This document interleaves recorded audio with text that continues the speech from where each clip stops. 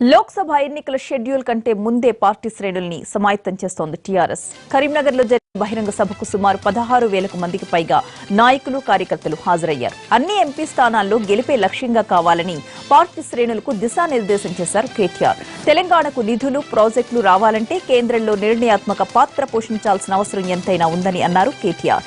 కాంగ్రెస్, బీజేపీలతో తెలంగాణకు ఒరిగిందేం లేదన్నారు ఆయన. కేసీఆర్ ఫెడరల్ ఫ్రంట్ తో జాతీయ స్థాయిలో కీలక పాత్ర పోషిస్తామన్న ధీమాను వ్యక్తం చేశారు కేటీఆర్.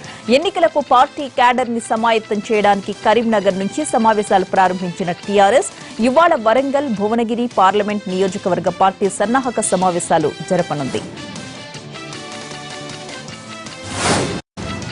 ఐటీ గ్రిడ్ వివాదంలో రెండు తెలుగు రాష్ట్రాల మధ్య రాజకీయ రగడ నడుస్తూ ఉండగానే తెలంగాణ ప్రభుత్వం మరో అడుగు ముందుకేసింది. సైబరాబాద్, హైదరాబాద్ రెండు పోలీస్ కమిషనరేట్ పరిధుల్లో కేసులు నమోదు కావడంతో అన్నింటినీ కలిపి పూర్తి స్థాయిలో విచారించేందుకు ప్రత్యేక దర్యాప్తు బృందం నియమించింది.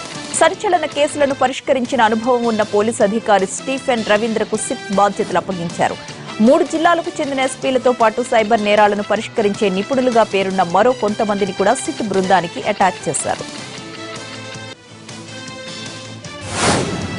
ప్రస్తుతం సైబరాబాద్, హైదరాబాద్ పోలీస్ కమిషనరేట్ పరిధిలో ఉన్న కేసులన్నీ సిట్ కు బదిలీ అవుతాయి. ఐటీ గ్రిడ్ వివాదం, సమాచార చోరీకి సంబంధించి తక్షణమే విచారణ చేపట్టాలని తెలంగాణ ప్రభుత్వం సిట్ ను ఆదేశించింది. హైదరాబాద్ తో పాటు బెంగళూరుకు చెందిన ఎథికల్ హ్యాకర్ల సహాయంతో ఐటీ గ్రిడ్ డేటాను విశ్లేషిస్తున్నారు పోలీసులు. ఫిబ్రవరి 27న ఐటీ గ్రిడ్ కార్యాలయం నుంచి 3 సర్వర్లు మిస్ అయినట్టు గుర్తించారు. వీటిని అశోక్ తనతో పాటు తీసుకెళ్లినట్లుగా అనుమానిస్తున్నారు. మరోవైపు ఐటీ గ్రిడ్ ఎంపీ అశోక్ కోసం పోలీసులు గాలిస్తున్నారు. నోటీసులకు కూడా స్పందించకపోవడంతో దేశం విడిచి వెళ్లే ప్రమాదం లేకుండా లుకౌట్ నోటీసులు జారీ చేశారు. అన్ని ఎయిర్పోర్ట్లను అలర్ట్ చేశారు. ఓట్ల గల్లంతుపై గవర్నర్ ను కలిసి ఫిర్యాదు చేశారు వైసీపీ అధినేత జగన్. ఓట్ల గల్లంతుతో పాటు ఐటీ గ్రిడ్ వ్యవహారంపై గవర్నర్ కు వివరించారు. డూప్లికేట్ ఓట్ల తొలగింపుకు తామే ఫామ్ 7 ని ఆన్లైన్లో దాఖలు చేశామని అన్నారు జగన్. గతంలో ఈసీకి ఫిర్యాదు చేసినా పట్టించుకోకపోవడం వల్లే తాము ఫామ్ 7 దాఖలు చేశామన్నారు ఆయన. ఫామ్ 7 దాఖలు చేసినంత మాత్రాన ఎవరి ఓట్లు తొలగించరని, ఈసీ విచారణ జరిపి దీనిపై నిర్ణయం తీసుకుంటుందని అన్నారు. ఈ వ్యవహారంలో తాము చేసిన తప్పేం లేదని అన్నారు జగన్.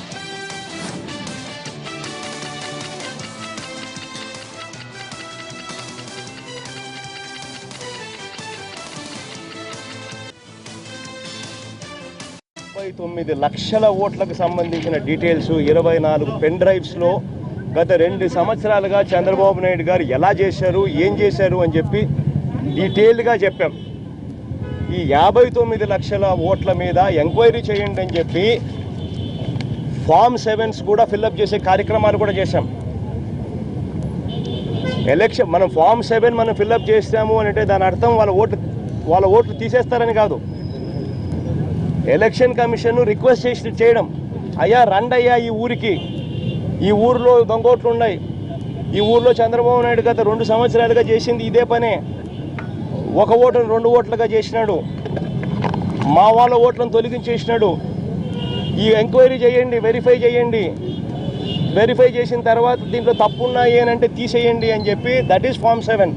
ఫామ్ 7 అంటే మనం ఫైల్ చేసిన వెంటనే వాళ్ళు తీసేస్తారు కాదు, ఎవడు తీసేయడట్లా. ఫామ్ 7 ఫైల్ చేస్తే దాని అర్థం ఏంటంటే రిక్వెస్ట్ ఫర్ ఎంక్వైరీ అని. Form 7 initiates request for enquiry. Form 7 initiates request for enquiry. ఆ రిక్వెస్ట్ ఫర్ ఎంక్వైరీతో ఎలక్షన్ కమిషన్ వాళ్ళు వచ్చి వెరిఫై చేసి తప్పులు దొరికితే, తప్పులు నిజమని చెప్పి తెలిస్తే తీసేస్తారు. ఒకవేళ తప్పులు దొరకలేదనుకో ఏం చేయరు, యథావిధిగానే ఉంటాయి. ఫామ్ 7 ఫైల్ చేయడం తప్పు కాదు, నేరం కాదు. నేరం ఏమిటి, తప్పేమిటి అని అంటే ఫామ్ 7 ఫైల్ చేయడం కాదు. నేరం ఏంటి, తప్పేంటి అని అంటే ఆధార్ కార్డ్ డీటెయిల్స్ తీసుకోవడం నేరం. నేరం ఏంటి, తప్పేంటి అని అంటే ప్రజలకు సంబంధించిన బ్యాంక్ అకౌంట్ డీటెయిల్స్ తీసుకోవడం తప్పు, అది నేరం, అది తప్పు. నేరం ఏంటి, తప్పేంటి అని అంటే నీకు సంబంధించిన photo, colour photo, master copy ఎవరి దగ్గర ఉండదు, అది ఎలక్షన్ కమిషన్ దగ్గరనే ఉంటుంది. వాళ్ళ దగ్గర నుంచి దొంగలించి నీ వెబ్సైట్లో, నీ యాప్లో పెట్టుకోవడం. జగన్ ప్రజాస్వామ్య వ్యవస్థను అప్రతిష్ట పాలు చేస్తున్నారని మండిపడ్డారు మంత్రి జవహర్. ఫామ్ 7 ని జగన్ దుర్వినియోగం చేస్తున్నారని ఆరోపించారు ఆయన. టీడీపీ నెగ్గే నియోజకవర్గాల్లో తమ ఓట్లు తొలగిస్తున్నారని, బ్లూ ఫ్రాగ్ గతంలో వైఎస్ఆర్ కు సహకరించిందని అన్నారు జవహర్. దుర్వినియోగం చేయటం, దాంతో పాటుగా చేసినటువంటి దుర్మార్గాన్ని తనకు తానుగానే సమర్థించుకోవడం చూస్తూ ఉంటే బూడిదకాయలు దొంగ ఎవరంటే భుజాలు తడుముకున్నట్టుగా జగన్మోహన్ రెడ్డి వైఖరి ఉన్నదనే విషయం మన అందరం కూడా చూస్తా ఉన్నాం. జగన్మోహన్ రెడ్డిని ఒకటే అడుగుతా ఉన్నాం, నీకు దమ్ము ధైర్యం ఉంటే ప్రజల్లోకి వెళ్ళండి, ప్రజలకు మంచి పనులు చేయండి, ప్రతిపక్ష పాత్ర సమర్థవంతంగా వహిస్తే మీకు ఆ భయం అక్కర్లా. ఎందుకంటే మీరు అసెంబ్లీని కూడా ఎగ్గొట్టి అసెంబ్లీకి రాకుండా ప్రజాస్వామ్యం పట్ల కానీ ప్రజల పట్ల కానీ మీకు ఎటువంటి వైఖరి ఉందనేది ప్రజాస్వామ్యంలో ఉన్న ప్రతిపక్ష నాయకుడిగా మీరు విఫలం చెందిన సందర్భంలోనే ఆ విషయం. ప్రజాస్వామ్యాన్ని అపహాస్యం చేసేలా వైసీపీ ప్రవర్తిస్తోందన్నారు మంత్రి కాలువ శ్రీనివాసులు. చిల్లర దొంగలకు కూడా తమ ఊరు తమ ప్రాంతం అన్న ఆలోచన ఉంటుందని, కానీ జగన్ కు అలాంటివేవీ ఉండవని అన్నారాయన. ఏపీలో బలహీనమైన నాయకత్వం కోసమే జగన్ కి కేసీఆర్ సపోర్ట్ చేస్తున్నారని ఆరోపించారు కాలువ.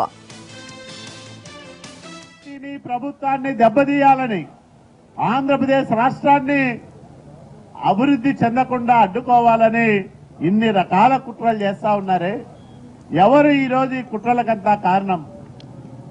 భారతీయ జనతా పార్టీ కాదా? టీఆర్ఎస్ పార్టీ కాదా?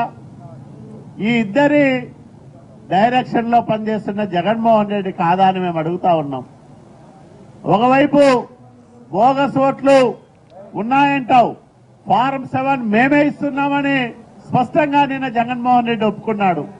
ఎందుకంటే అంటే దొంగ అతనే స్టేట్మెంట్ ఇచ్చినట్టుంది, నేను దొంగతనం చేస్తున్నాను, నా ఆధ్వర్యంలోనే ఇదంతా కూడా ఈ తతంగం అంతా కూడా నడుస్తా ఉందని. కాబట్టి జగన్మోహన్ రెడ్డి దొంగతనం చేస్తున్నాడు, ఓట్ల దొంగ జగన్మోహన్ రెడ్డి అని చాలా స్పష్టంగా జగన్మోహన్ రెడ్డి ఒప్పుకున్న విధానం మనం నిన్న చూశాం. కాబట్టి ఈ రాష్ట్రంలో దొంగ ఓట్లు లేకపోయినా దొంగ ఓట్లుగా తెలుగుదేశం పార్టీ సానుభూతి పరుల ఓట్లను చిత్రీకరించి తెలుగుదేశం పార్టీ ఓట్లను దొంగతనం చేస్తున్నది జగన్మోహన్ రెడ్డి, నడిపిస్తున్నది కేసీఆర్ టీఆర్ఎస్ పార్టీ అని. విజయవాడలో ఏపీపీఎస్సీ కార్యాలయాన్ని ముట్టడించారు నిరుద్యోగులు. గ్రామీణ ప్రాంత విద్యార్థులను దెబ్బతీసే విధంగా ఏపీపీఎస్సీ ప్రవర్తిస్తోందని, ప్రభుత్వ స్కూళ్లలో తెలుగు మీడియం మాత్రమే ఉంటే ఇంగ్లీష్లో ప్రశ్నాపత్రం ఇస్తే ఎలా అని ప్రశ్నించారు. రాష్ట్ర ప్రభుత్వం తెలుగును ప్రోత్సహించమని ఓవైపు చెబుతుంటే ఏపీపీఎస్సీ తెలుగు భాషను నాశనం చేసేలా వ్యవహరిస్తోందని మండిపడ్డారు. ఇష్టారాజ్యంగా నడుచుకుంటున్న ఏపీపీఎస్సీ చైర్మన్ రాజీనామా చేయాలని డిమాండ్ చేశారు నిరుద్యోగులు.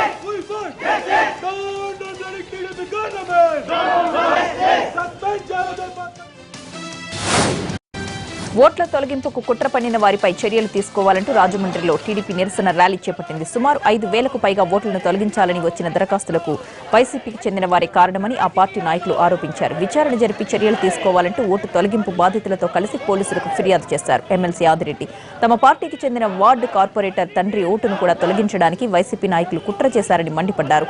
ఎమ్మెల్సీ ఆదిరెడ్డి అప్పారావు.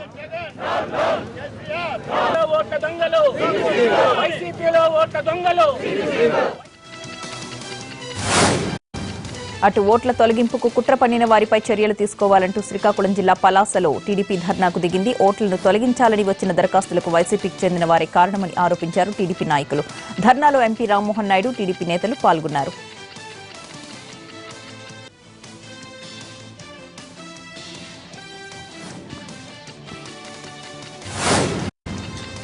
అనంతపురం జిల్లాలో ఓట్ల తొలగింపుకు సంబంధించి పెద్ద ఎత్తున ఫామ్ 7 దరఖాస్తులు వచ్చాయని అన్నారు కలెక్టర్ వీరపాండ్యన్. జిల్లా వ్యాప్తంగా 80,514 ఫామ్ 7 దరఖాస్తులు వచ్చాయని, వీటిలో 13,837 దరఖాస్తులు ఆమోదించామని అన్నారు. మరో 35,329 దరఖాస్తులను నిజ నిర్ధారణ అనంతరం తొలగించామన్నారు. ఇప్పటి వరకు 22 కేసులు పెట్టామన్నారు వీరపాండ్యన్.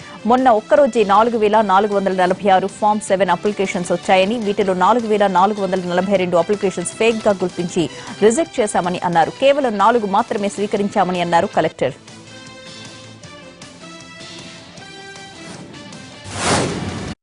ఆచరణకు సాధ్యమయ్యే హామీలు మాత్రమే మేనిఫెస్టోలో ఉంచాలని కమిటీ సభ్యులకు సూచించారు వైసీపీ అధినేత జగన్. ప్రజా సంకల్ప యాత్ర సమయంలో తన దృష్టికొచ్చిన అంశాలతో పాటు నవరత్నాలు ప్రధానంగా ప్రమోట్ చేయాలని సభ్యులకు దిశానిర్దేశం చేశారు ఆయన.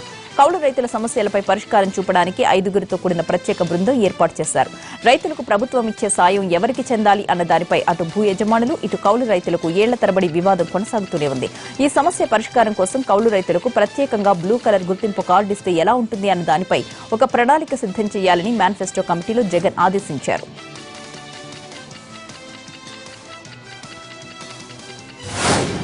తనకు సీట్ ఇచ్చినా ఇవ్వకున్నా జగనన్నకు సైనికుడిగానే ఉంటానని స్పష్టం చేశారు మంగళగిరి ఎమ్మెల్యే ఆళ్ల రామకృష్ణారెడ్డి. జగన్ ఎలాంటి నిర్ణయం తీసుకున్నా దానికి కట్టుబడి ఉంటానని అన్నారు.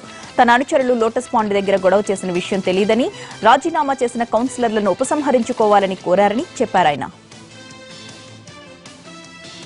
జగన్మోహన్ రెడ్డి గారి నిర్ణయం నాకు శిరోధార్యం. ఏ ఒక్క స్థానాన్ని కూడా ఇంతవరకు జగన్మోహన్ రెడ్డి గారు ప్రకటించలేదు. జగనన్న ఏం చెప్తే చేస్తానికి నేను చెప్పా. రాజన్న వారసుడిని, జగనన్న సైనికుడిని, దట్స్ ఇట్. మీరు చూస్తారుగా రాబోయే రోజుల్లో. నేను వాళ్ళతో మాట్లాడానండి. వాళ్ళు మీరు చేయబాకండి, తొందరపడబాకండి, అలాంటి తప్పులు కాదు. ఈ రాజకీయ కోణాలు కానే కాదు.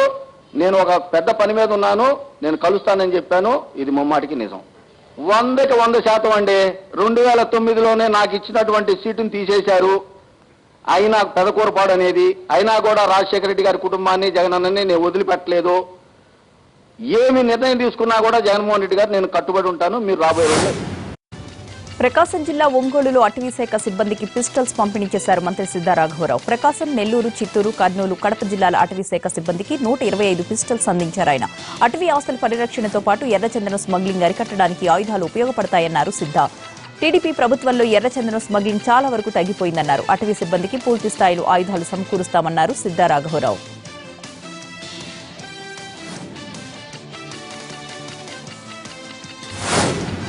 హంద్రీనివా నీళ్లు కేటాయించాలంటూ హిందూపురం ఎమ్మెల్యే బాలకృష్ణకు స్థానికులు వినతిపత్రాన్ని అందించారు. 2 రోజుల పర్యటన నిమిత్తం అనంతపురం వెళ్లిన బాలయ్యకు రైతులు ఊహించని ట్విస్ట్ ఇచ్చారు. ఓవైపు స్వాగతం పలుకుతూనే మరోవైపు డిమాండ్ల చిట్టా ఆయన ముందుంచారు. వెంటనే తేరుకున్న బాలయ్య సమస్యల్ని పరిష్కరిస్తానని హామీ ఇచ్చారు.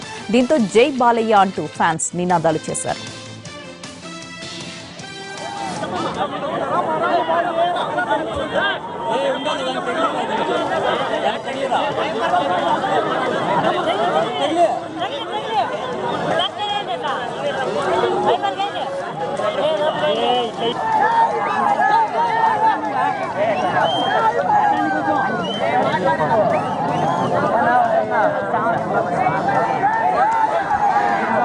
పట్టాలి